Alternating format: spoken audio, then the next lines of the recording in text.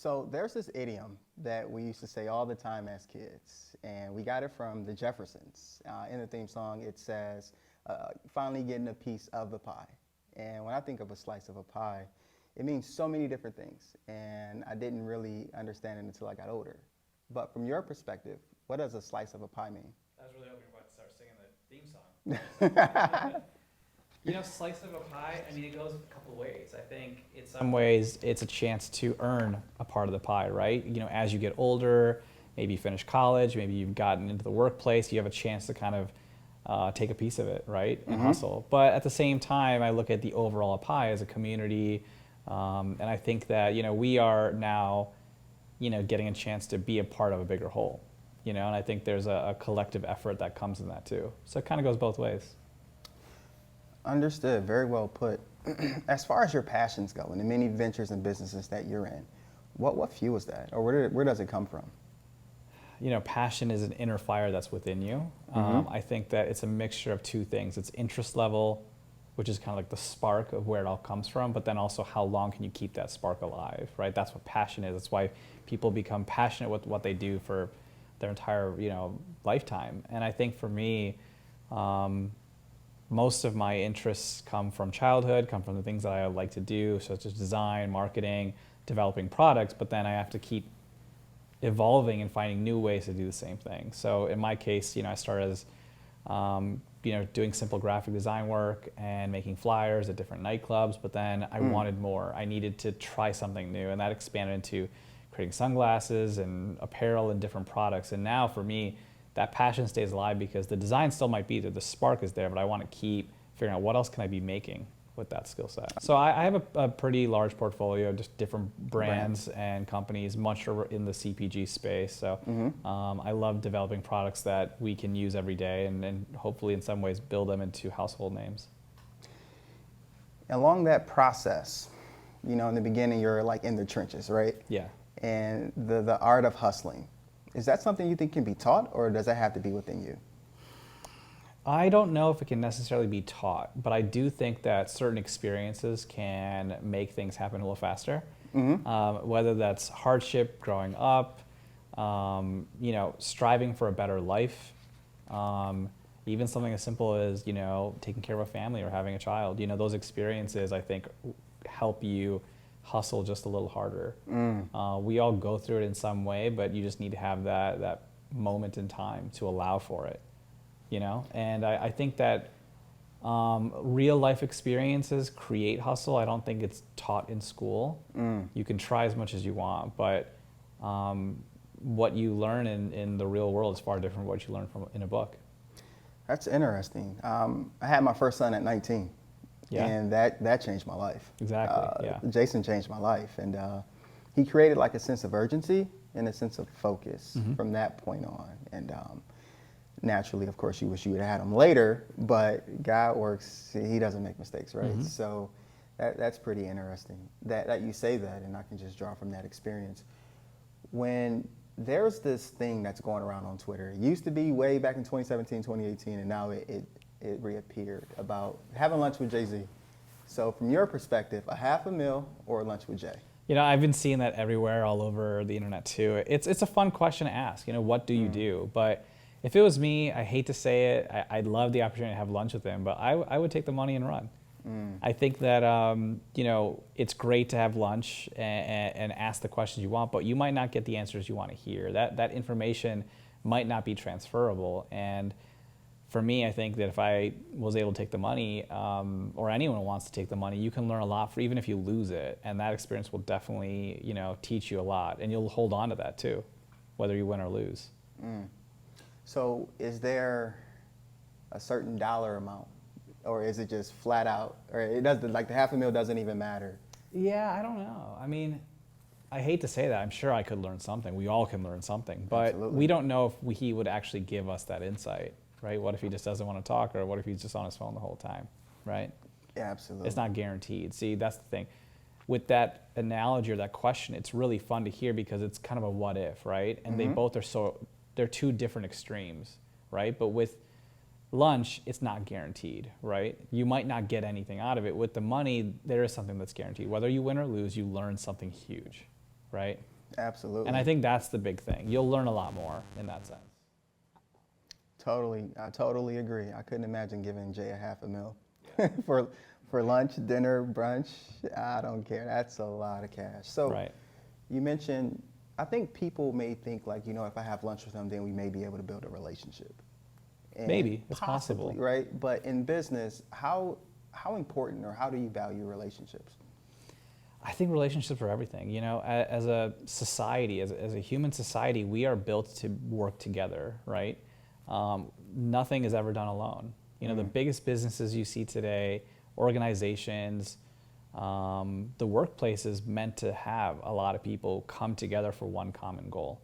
And I think that for me, I could safely say that 50% of business is relationship building, whether that's seeking new clients, helping your employees, working with your business partners. Relationships is everything. And if you can't get that part down right, you're going to have a hard time. Understood. Yeah. Understood. So the many brands you have, Mm-hmm. I know everyone should know who you are, but just in case they don't, can you explain to us the brands that you have? Yeah, so my name is Kumar Arora, and I have a company called Arora Ventures. We've got a series of different brands within the portfolio, everything from nanoscience to real estate to, your favorite sushi and clothing brand in Cleveland. So I enjoy my portfolio mainly because it's my own interests and things that I like to pursue, whether that's better for you eating or building out a full restaurant. That's something that's never been seen before in Cleveland, and I think that I love the idea of exploration and trying to do things differently, trying to create something that's never been done, at least in a local level. And my portfolio definitely represents that. It's definitely a reflection, for sure. So how did you get that started? Because a lot of people want to be serial entrepreneurs, but first you have to be an entrepreneur, right? Yeah. I mean, when I was an entrepreneur, the term really didn't even exist. There were no classes in college, and the idea was really just how do you create a living to make a life, And I think I was about 17, 18, really when I started to think about where I'm going to be and what I'd like to pursue. And at the time I was thinking about medicine, like every Indian guy, right? But Okay. I always had the entrepreneurial chops growing up, and I always thought about like what I could do to make this place a little bit better and make my life a little better, And when it comes to business, there is no real ceiling, right? It's really just how hard you want to put the work in to build something meaningful. And when it came to that portfolio, I think, or just all of my businesses, I think that there was a few different factors. The first one was, again, what are my interests? What do I want to pursue? Can I find other people that are also interested in similar things? Because again, you have to have the team. But then third, how do I balance a portfolio, right? I think that most people go into business only really pursuing one big project or one source of income. But for me, I like the idea of having multiple sources of income and really just kind of bouncing around. And I worked on the agency side of things too, where I had the opportunity to work with different clients and celebrities and different people. And it gave me the chance to really understand different markets at the same time. So my investments reflect that too. In some ways where I can at least bring my value, which is, again, marketing, design, operations, understanding what needs to be done for that respective business. So that's kind of where my portfolio kind of lives and breathes. Okay. And are you more owner-investor or owner-operator, or a mix of both? Probably a little bit of both. I'm very passive in a few, some that are more passive-based businesses, but then, where, again, I have passion, I'll pursue it. So right now, food has been a big focus for me, and I think that post-pandemic, we could be really improving the way we eat. I think that there's a chance to be very disruptive here. I think Ohio as a market to be the testing grounds for a lot of products is really fun. Because we are such a perfect kind of state in the sense where, we have a good diverse group of people, and it's easy to see what works here before it kind of expands. I think that in my world, I think about what's coming up and how can I jump into it, or what's coming up and how can I bring value to it. Absolutely. No 2 days are alike. Right. And nothing is promised. Tomorrow's definitely not promised in business. Yeah. Okay. So when it comes to branding, we touched on that as well. How important is like a business plan? Business plans are key. They are the blueprint to your project. If you don't have one, it gets really tough because you didn't define the specific details that you need to know. If you're building a home, if you are really working on any sort of project, there's usually a plan in place before that. Much like those examples, I think when you have a business plan in place, it allows you to look back on it and figure out, am I following the instructions or am I following the plan that I put in place to begin with? Can I ensure that this is even profitable? If you jump in a business without thinking about those things, you are going to pay the price later with that one. Definitely. And a lot of people might be afraid of, how do I build a business plan or what does a business plan look like? In some ways, I think that not every business plan is the same, right? It depends on the industry, what you're working on, what kind of project is it? Is it blue ocean or red ocean? Has it been done before? But I believe that ask the questions you want to know, right? Mm-hmm. Ask, and a simple one might be, how do I make this profitable? When will it be profitable? How much money do I need to put in? These questions have to be answered and written in some sort of document so you can look back on it. And if you can follow it, then you can execute on it. It's kind of like building like a coach and a player, right? The coach makes the play, the player has to execute it, but you got to be both. You definitely have to be both and wear every hat right. along the line. So Cleveland here, what do you think is like an emergent market or an industry within Cleveland, or Cleveland? What's Cleveland lacking? There's a few questions in there. I think that I would love to see Cleveland become a hub for food. Okay. We're already a foodie town. We love our restaurants. We love our beer. We love our breweries. But I'd like to see us look more into CPG, and luckily enough for me, that's my background as well. Okay. With Trust Foods, my cereal brand, I consult for Real Good Foods. Now Sora is kind of a mixture of CPG meets restaurant, but I believe that we're seeing a lot of new brands coming out. Kroger, for example, their headquarters is only a few hours away from us, and they're one of the largest retailers in the country. I think that Cleveland needs to step up here, and we all kind of need to come together and unite, because I think that if we became a hub for packaged goods and better for you products, I think we have something special here. And we're seeing that right now in New York. We're seeing it in Chicago. Kind Bar's out of Chicago. We've seen the first few billion-dollar brands coming out of those big cities, and I think that, why can't that be us too? Absolutely. We've got manufacturing. We've got the understanding again of the market. I think there's an opportunity here in the next 5 to 10 years that we could at least become a player in the space. I wholeheartedly agree. Mm-hmm. And I just go back to the statement I made about Cleveland lacking like a brand identity. And to me, that's like, well, if you really think about it, Cleveland has a really unique identity. Sure. Well, I definitely think that there is an identity here. If you think about a Clevelander as a person, or you think about our region, Mm-hmm. I think about hard workers. I think about, again, food. I think about just a very charming city. We love our sports. We love our people. We love where we're from. You don't see that in other cities as much in some ways, right? And I think that that makeup, that DNA that we have to be a Clevelander is very unique in that sense. And I think that we kind of carry a chip on our shoulder, right? Big cities kind of already feel like they won, but we always feel like we're not always there. It's always 99%, but not 100. You know what I mean? And I think that kind of mentality is important to be a bigger city, to improve as a city overall. And I think that's part of who we are, and that's part of, in some ways, like, that is our identity. We haven't quite made it yet. Absolutely. It's like a grit place, blue for sure. collar. Definitely. So do you think we're a football or a basketball or baseball town? We can't have all three? We can, but if there were one that supersedes the other two, which would it be? I'd say right now it's definitely football. Mm-hmm. It's great to see the Browns doing well, but it's tough to say. We don't know what the Cavs season is going to look like, and Indians haven't been doing too bad last few years either. So again, we definitely bleed our sports teams. That's who we are, and we care for that. And I think that's fun, because as a city with recreation and enjoying sports, I think that's an important part of American culture, right? And that's one part about us that might be different from, say, another second tier city. They might not have that same love for their sports. Absolutely, we're definitely a sports town. Yeah. To say the least. Yeah. Absolutely. And the Browns win the Super Bowl. Oh my God. Right. I mean, look at other markets like Columbus or Cincinnati. I mean, we are fortunate to have three well-known teams. You know, there's many markets that don't have all that, right? And Columbus is a good example of that. You know, they don't have their own, like, you know, they're not in the league for NBA and whatnot. So, you know, I think we should embrace it, and it's not just about showing love, but really making them our own, right? Absolutely, absolutely. They have the Buckeyes. Oh, Right. favorite place. Right. Yeah, absolutely. So, from the owner-investor Yeah. side of what you do, what do you look for in opportunities to expand your current portfolio?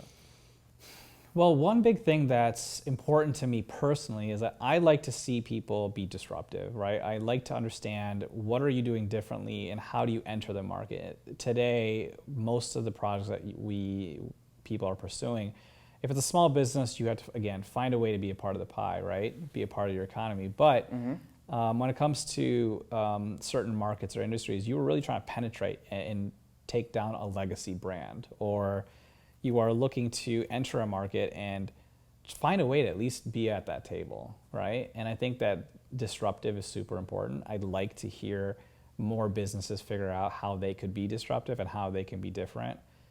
So that to me is the number one thing I want to hear. The second part is, you know, what does the team look like? You know, I've made plenty of mistakes in the past where I see a business, it's shiny, it's new, it's exciting, it's a great investment, but the operators are not there yet. You know, and I think that that management team and who you find, who are those players, right? That's important. And I think now I look at that as definitely a much more important aspect of a startup or business, because if you can't figure out the playbook or you cannot figure out how to enter the market, it's going to get tough. You know, and you really have to be able to stomach the highs and lows as an entrepreneur. Absolutely, and it all goes back to that business plan, right? Yeah, exactly. So, what advice would you give to an aspiring entrepreneur that's just going through the lows? Because we peak and we valley. Oh yeah, I mean, I will say entrepreneurs are a breed of people, right? You have to take a lot of adversity. You have to really, again, be able to stomach those highs and lows, and it is not fun. It is a lonely journey.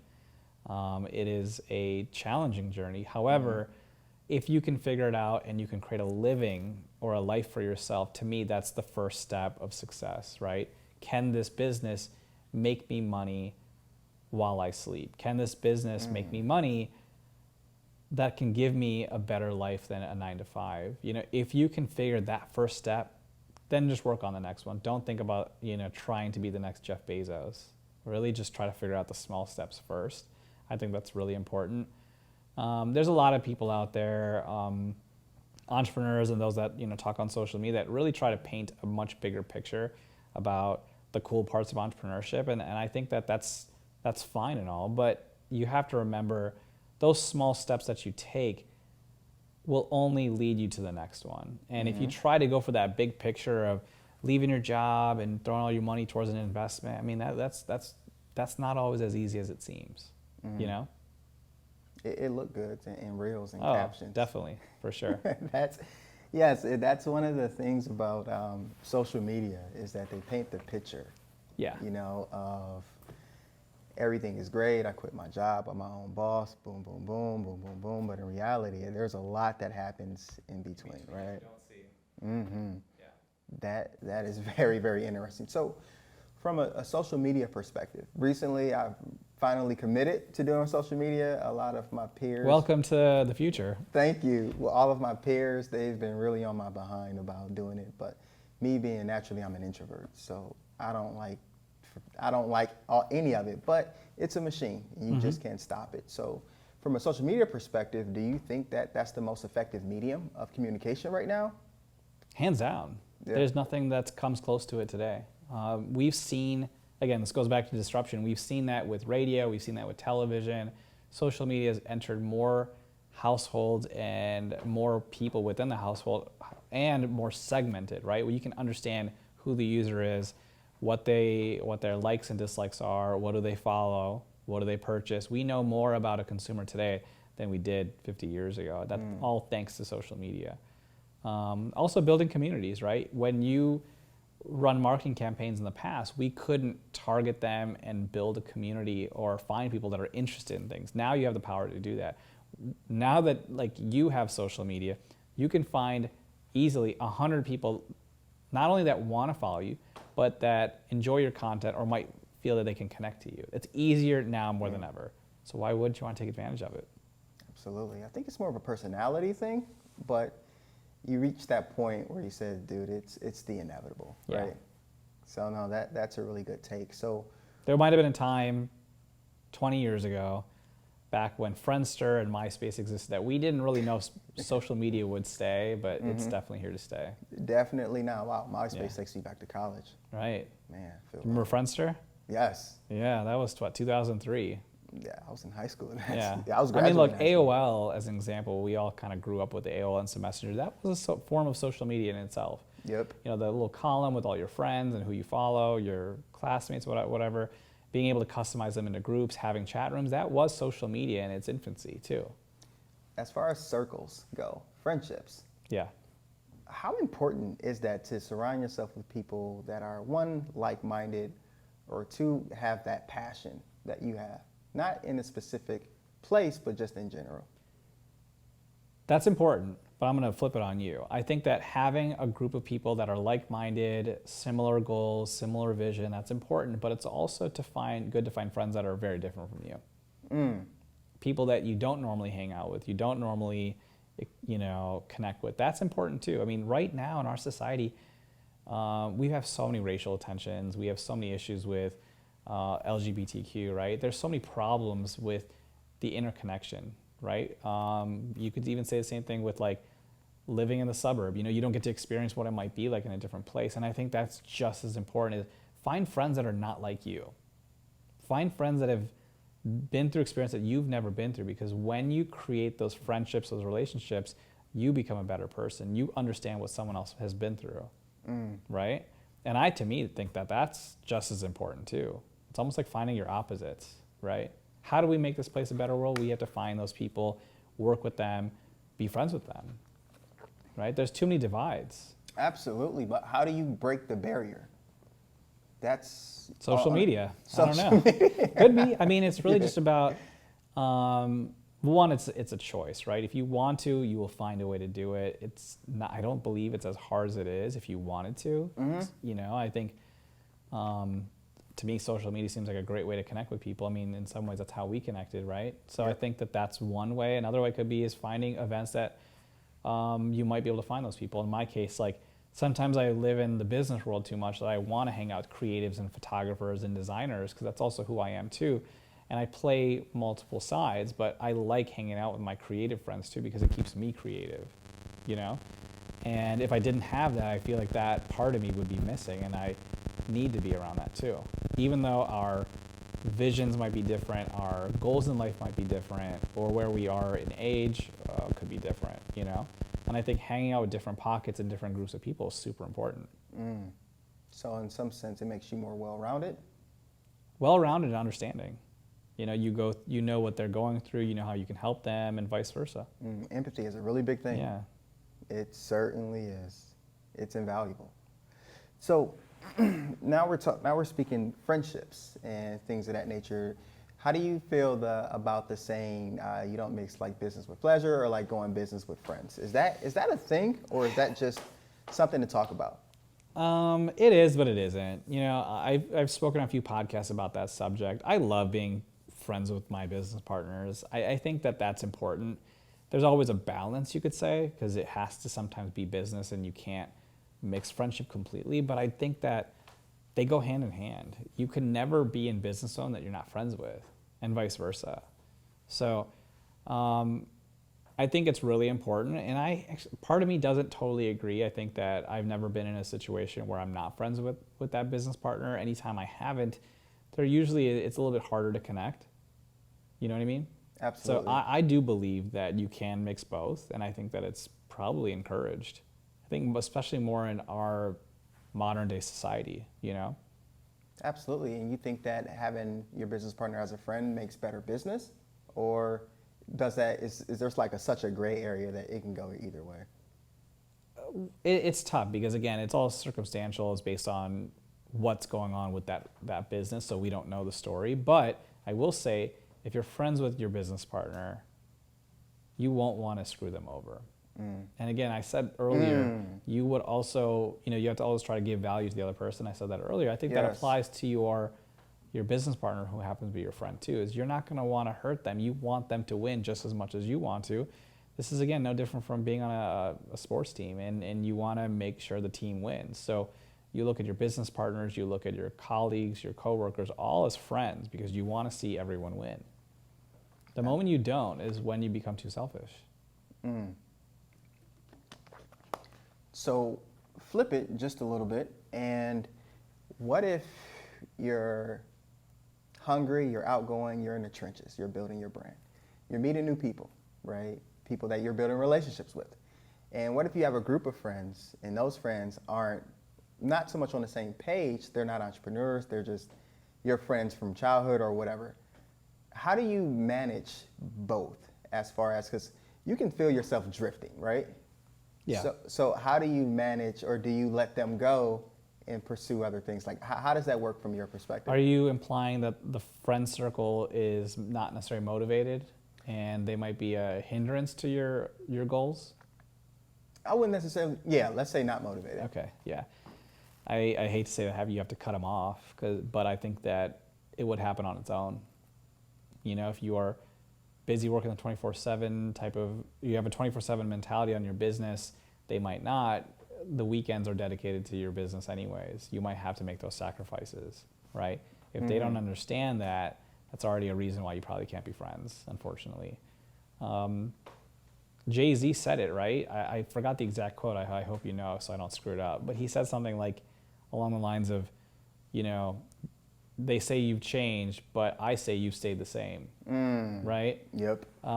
It's funny to go back to Jay-Z, right, and reference him in this conversation. But I think that that's kind of important, right? Evolution and change and is all part of growth. It's all part of who you are. And I think that if you have friends that aren't trying to grow, it's going to get tough, because that's who you are. That's what interests you. So if anything, it'd be nice to get them to also be motivated. But if they're not on the same wavelength, it's going to be really hard. And it's inevitable. Society, your business, your environment might end up just cutting them loose anyways. I've had to lose a lot of friends over the years, I think, through work. And sometimes I look back on them and I regret it, because I feel like I may have chosen work over my friends. But at the same time, I feel like friends are, in some ways, like, not temporary, but they're only there for a certain chapter of your life, right? Whether that's college or trying to figure out what you want to do after college, or even in the workplace. Like, if you move different cities or different workplaces, they think it's okay to be, they're there for different transitions of your life, but as long as you have that shared friendship of that moment, that's okay too.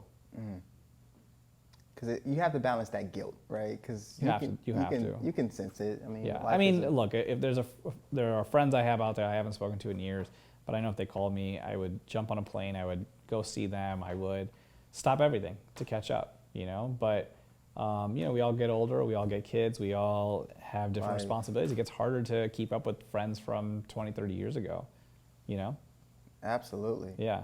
Absolutely. It's always that guilt part. Yeah. So last but not least, well, two questions. One, best practices. What are some best practices that you use that most people, well, I wouldn't say most people don't, but what are some best practices that you use that other people can benefit from?